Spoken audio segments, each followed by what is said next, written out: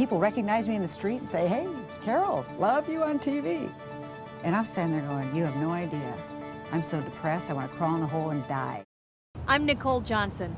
Clinical depression is often accompanied by alcohol or drug dependency. Coming up, we'll hear the incredible stories of 3 San Diegans who are fighting their own depression and addictions. But first, one local newscaster tells of her own struggle with depression and her personal quest to erase the perceived stigma surrounding mental illness. Carol LeBeau is an anchorwoman for 10 News in San Diego. She's experienced severe anxiety and depression in her life, beginning when she was only 17 years old. When my parents became acutely aware that something was wrong, of course, they took me to the doctor, and I was then referred to a psychiatrist, which was an embarrassment to all of us. I mean, nobody wanted to talk about it outside the family. We didn't even speak about it within the family. Carol's treatment as a teenager unfortunately consisted of an inappropriate hospital stay and tranquilizers. Nevertheless, she slowly recovered and tried to get on with her life. She went to college, married, and was an anchor on 10 News at age 34. But then the old depressive and anxious feelings returned. When the symptoms returned, I was panicked, and it was crystal clear what was going on. The anxiety was so severe that this time it just gripped me. It gripped my chest, it constricted my throat, and the most frightening part of all was realizing that A, I was going down that path I did when I was back in high school, but B, I was going to be doing it literally in front of, hundreds of thousands of people possibly. The depression I'm talking about is not based on circumstances or situations at all. It's for no reason. In fact, a lot of times your life is going from all outward appearances just beautifully well. And that even makes you feel worse. How can I be depressed? Look at my life. I'm making the money I always wanted to make, I'm married to a wonderful guy. People recognize me in the street and say, hey, Carol, love you on TV. And I'm standing there going, you have no idea. I'm so depressed, I want to crawl in a hole and die. Fortunately, a man with whom I worked, old depressive and anxious feelings returned. When the symptoms returned, I was panicked, and it was crystal clear what was going on. The anxiety was so severe that this time it just gripped me. It gripped my chest, it constricted my throat, and the most frightening part of all was realizing that A, I was going down that path I did when I was back in high school, but B, I was going to be doing it literally in front of, hundreds of thousands of people possibly. The depression I'm talking about is not based on circumstances or situations at all. It's for no reason. In fact, a lot of times your life is going from all outward appearances just beautifully well. And that even makes you feel worse. How can I be depressed? Look at my life. I'm making the money I always wanted to make, I'm married to a wonderful guy. People recognize me in the street and say, hey, Carol, love you on TV. And I'm standing there going, you have no idea. I'm so depressed, I want to crawl in a hole and die. Fortunately, a man with whom I worked here at Channel 10 had been through something very similar and saw me, falling down the tubes, and gave me the business card of a psychiatric physician in town, another psychiatrist. And I put the business card in my purse and forgot about it because I really figured going to a psychiatrist at this point would be conceding defeat, admitting failure, and what if somebody found out? So one evening after the late news, driving home, the sense of overwhelming was so profound. The anxiety was so severe, I could barely swallow. And I realized that was the last newscast that I was going to be able to do. And I got home, I got inside the front door, and with my purse still on my shoulder, sat down at the inside of the front door and cried until my husband came downstairs and tried to console me. And I cried all through the night, uncontrollably. And that's when we fished the business card out of my purse. And my husband piled me in the car and drove me without an appointment to the psychiatrist's office, and we sat in the lobby until he could see me. And I really figured, this is it. I've lost the fight. An institution is next. Life as I know it is over. The career's over. I have no friends, and my husband's going to leave me. And I went into this doctor's office, and as he observed me for a few minutes, he said, well, first of all, I believe you're suffering from severe anxiety. And he took an anti-anxiety medication, one I'd never even heard of. I didn't know these sorts of medications existed. And he said, here, I want you to try this, and then I want you to sit here for 20 or 30 minutes, and we'll see what happens. And as God is my witness, in 20 minutes, I was sitting comfortably in the chair, could feel my body conforming to the chair again, and talking rationally with this man. And what we did was begin a program of medical intervention, which involved some anti-anxiety medication. And this doctor, in his wisdom, based on my medical history, figured I probably had a low-grade depression as well. So he treated that with an antidepressant. And within 3 weeks, he sent me home. I took a week or two off work. But within 3 weeks, and this I will never forget, I remember walking out one day to go to work. I opened the door, and I looked outside, and the sky looked so blue, and the leaves were just fluttering in the breeze on the trees, and they looked so pretty against the bright blue sky, and it smelled good. And I thought, what a beautiful day. And I'm telling you, I had not had a thought like that in close to a year. I had lost my ability to experience joy. When it comes to this whole idea of a stigma, I find it highly arrogant that people still today think that something can go wrong with your toe, or you can get something wrong with your scalp or eyeball. Who ever decided that you couldn't have something go wrong with your brain? The most complex mechanism within our entire bodies, and something can't go wrong with it? And that if it does, heaven help you, you must not be a very strong person. You know, you must have some deep sin in your life. There needs to be a little bit of onus, a little bit of responsibility on the person with the illness, that once you have it diagnosed and are treating it, then you need to be the one to help people feel at ease about it. You hear about people joking about their Prozac or whatever. I mean, that can be very liberating for the person suffering from depression and for those you're around. You know, if I tell you, hey, I take an antidepressant and you see I'm still functioning properly, then the stigma's gonna be a little less prevalent with you. In my case, it's garden variety depression and anxiety, but it's so common among people that they need to know that there's help out there. And I want to tell you something else too. You can't, if it really is chemical depression, you can't positive think it away. Because buddy, I'm a positive thinker. And you can't wish it away, will it away. I got on my knees on the patio, on the cement in my backyard, and prayed to God, please give me the strength. You know, take away whatever is wrong. What's wrong with me? And frankly, he didn't take it away. It really ticked me off too. But I can tell you what he did do. He provided the means by which to cope with the situation. Co-workers who supported me and said, hey, let's help her through this. Company, my boss and general manager who understood that this was, you know, not the norm for me, and they were willing to wait it out for a while and see how I do. I was blessed with a lot of things. God answered my prayers, just not in the way I'd imagined. Many people struggle with depression for years without being properly diagnosed. Even worse, some depressed people abuse drugs and alcohol as a means to cope with daily life. Left untreated, addiction and depression can be a deadly combination. But as we'll see in the stories of these San Diegans, there is reason for hope. Alcohol, depression. It seems like it's chicken or the egg. I knew that I had a history of depression when I was about 18. Sort of this vague sense of not having a good time at anything other than drinking or using. Just this sort of void. Dr. Clark Smith is a psychiatrist and the medical director of Vista Pacifica Hospital, a residential addiction treatment center in Kearny Mesa. Dr. Smith says addictions can develop in people who are trying to relieve depressed feelings. The problem is it's a vicious cycle where you see people get some temporary relief from alcohol or whatever the substance is that they're using. But what goes up must come down. The symptoms get worse. They end up needing more and more alcohol just to feel normal. Jose was in denial for many years about his own alcoholism. I knew that I was drinking a lot, but I did not want to admit that I was an alcoholic. I did not want to hear that word.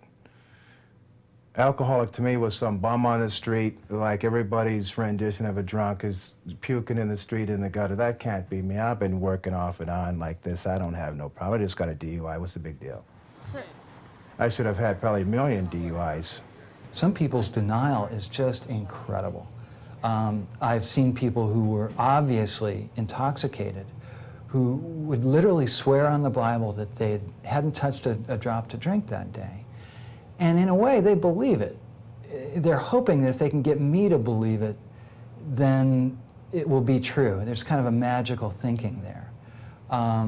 There's some degree of practiced dishonesty that takes place with habitual drinking and using. And, you know, that's an unfortunate part of the illness. Jose's drug and alcohol abuse didn't even slow when he was diagnosed with leukemia. The chemotherapy slowed me down, but the drinking did not. In fact, I drank more. I had an excuse. Hey, I have leukemia, I'm going to die anyway, so what the hell, why not? David made several suicide attempts as a result of his depression and addictions. My first drink was when I was 8. It was on a Christmas Eve.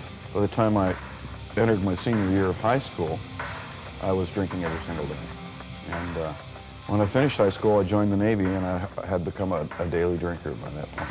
But I know that the first time somebody sat down, looked me in the eyes and said, "You are suffering from depression, and I need to figure out how long throughout your life you've been suffering from depression," that was in 1990. It was after a suicide attempt in August of 1990. I ended up in a depression treatment clinic. Typically, people come to me and they're very hopeless. They're really in the back of their mind considering suicide or just giving up on their life and drinking themselves into oblivion. Often they've been told by their doctor, if you don't stop drinking, you're going to die in 6 months or a year. And they're thinking, you know, that's not a bad prospect. At least it'll be over with.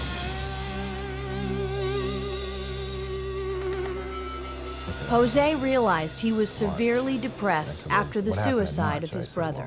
My brother committed suicide and that Heaven's Gate mass suicide, and I think it's after that I started having suicidal thoughts real bad. Of him, you know, I was also having flashbacks because I had to identify my brother at that point, who was very decomposed. In fact, they warned me, you shouldn't do this. The detectives that was involved in the case. And one of them, thank God, was a Christian man. And I had made a joke, half-heartedly, about going on a drunk.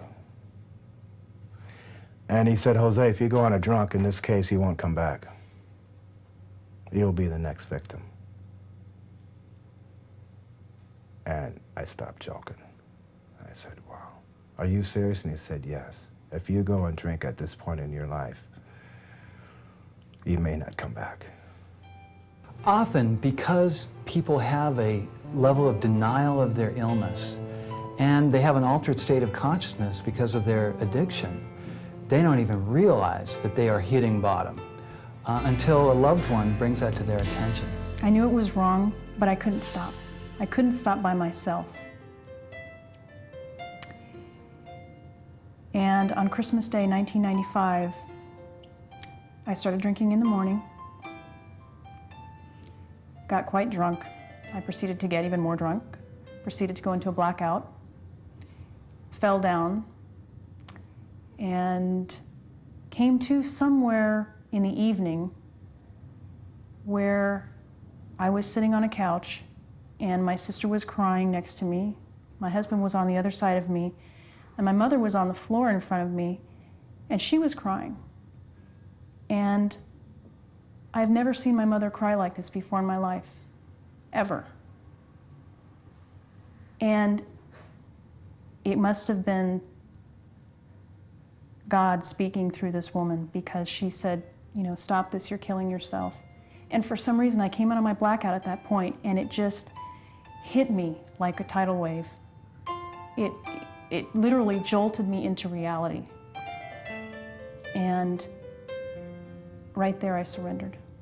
Susan made some progress in controlling her substance abuse, but like many addicts, she did suffer a relapse. One of the hallmarks of relapse is denial.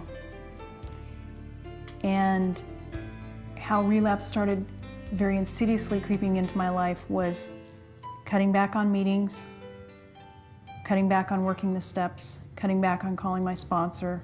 If you just tell people to stop drinking, to just say no to either drugs or alcohol, and you don't deal with the underlying reason why they started drinking in the first place, they may stop by sheer force of will for a while, but they are at high risk for relapse and return to their addiction. David, Jose, and Susan have begun to make connections between their early childhood experiences and depressed feelings in adulthood that led to their addictions. When I was born with a birth defect called a hemangioma, which turned out to be a very large birth defect. It was a distortion of the left side of my face, essentially. It was a tumor that required 4 surgeries. In looking back at my past now with my therapist, we're trying to integrate how perhaps my depression may have been linked, may have had its origins back there. The pattern of denial was set up very early on, which led very nicely into addiction. I think the anger came out from being told to shut up so many times and being forced to shut up, slapped, punched, kicked, hair pulled, things thrown at you from great distances. My mom had a mean left hook there, but, and you know, I didn't know until I think 97 that I really, how this originated that far back, how child abuse would still affect me at 43 years old. When I was 24, 25, it's when I found out that what had happened to me as a little boy, as an infant, was I was abandoned in a deserted chicken coop in the Snoqualmie Pass up in northern Washington. I was born with the name Bobby Duncan, and they found me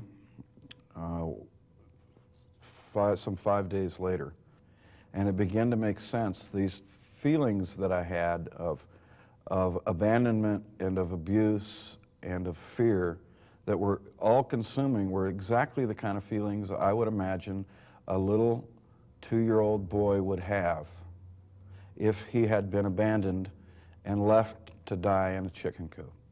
When looking at the question of who is most likely to be successful in their recovery, I would say it's people who are very brave and not afraid to make wide, sweeping changes in their lives.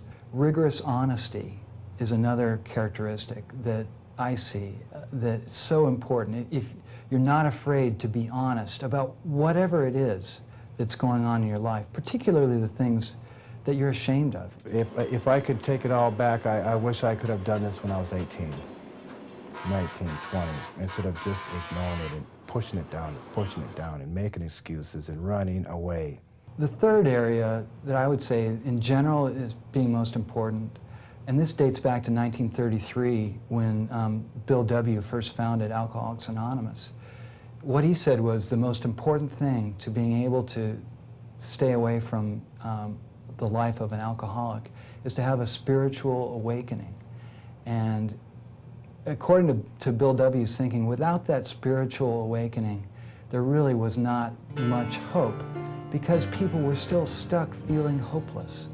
And why should I try to work so hard to change my life if there's no hope anyway? And that spiritual awakening often makes the difference. For one, you need somebody greater than yourself. The only thing greater than myself that I knew was drugs and alcohol. One thing I'm sure of is there is a God, and it's not me. And I have to be open and willing to let him work through me to keep me clean and sober. My prayer, if anything, is that I'll be given the chance to sit down with another human being and let them know that this is the kind of life I had, and there's salvation. There's There's a God that's not only attentive to our souls for the hereafter, he's attentive to what's happening to us right now and today. And in my case, I think if there's anything it proves to me is he's willing to be as involved in my life as I allow him. If I allow him to be 100% involved, he is. And that's what makes the difference for me. Mental illness remains one of the most misunderstood conditions in American society. Hello, I'm Art Cribbs, pastor of Christian Fellowship United Church of Christ in San Diego and president of Pacific Media Ministry. What we don't know can frighten us and lead us into denial. And sometimes we fail to get the help we need when faced with mental illness. For the past 3 decades, resources to assist the mentally ill have been cut drastically.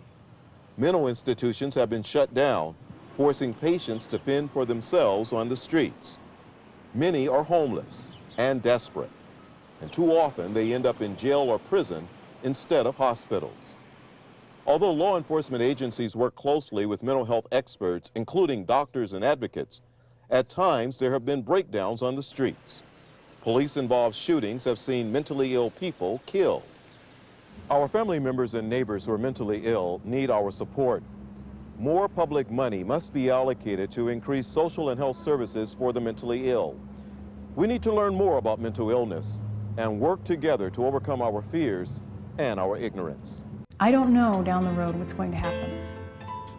I couldn't tell you if tomorrow, next week, next year, 10 years, I'll pick up again. My job is to do what's in front of me today. And every day I start by asking to have a clean day and to do God's will. And I end the day by saying thank you for another clean day.